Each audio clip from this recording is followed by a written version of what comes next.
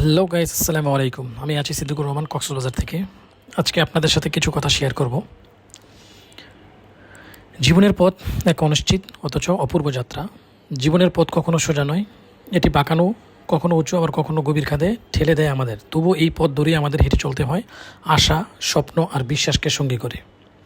প্রত্যেক মানুষের জীবনের গল্প আলাদা। কেউ জন্মে এই পায়ে সোনার চামচ, কেউ হাঁটতে হয় খালি পায়ে, আবার কেউ কাটা পথে, আবার কেউ সারা জীবন সংগ্রাম করেও পায় না কাঙ্ক্ষিত ফল। জীবনের পথে হতাশা আসবেই, কখনো মানুষ হারাবে, কখনো আপনাকে ছেড়ে অনেকে চলে যাবে, কখনো ভেঙে পড়া যাবে না, মনে সাহস রাখতে হবে। প্রকৃতি আমাদের শেখায়, রাতের পর সকাল আসে, বৃষ্টির পরেই দেখা মেলে রৌদ্রের। সুযোগ আসে, কিন্তু তার পেছনে অপেক্ষা করে নতুন সুযোগ, নতুন আলো।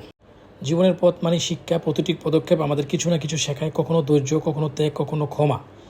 সময়ের সঙ্গে আমরা বড় হই, বদলাই, ধীরে ধীরে বুঝি সব কিছু পাওয়ার দরকার নেই, বরং যা পাই সেটাকে শ্রেষ্ঠ করে তোলা দরকার। পরিশেষে জীবনের পথ কঠিন হোক বা সহজ হোক, থেমে যাওয়া যাবে না। ভুল করো, আবার শিখো, কান্না করো, আবার হাসো, কারণ জীবন একটাই, আর এই পথটাই আমাদের সবচেয়ে বড় শিক্ষক। আশা এবং ব্যর্থতার মধ্যেই থাকে জীবনের সবচেয়ে বড় সফলতা। ধন্যবাদ, ভালো থাকুন।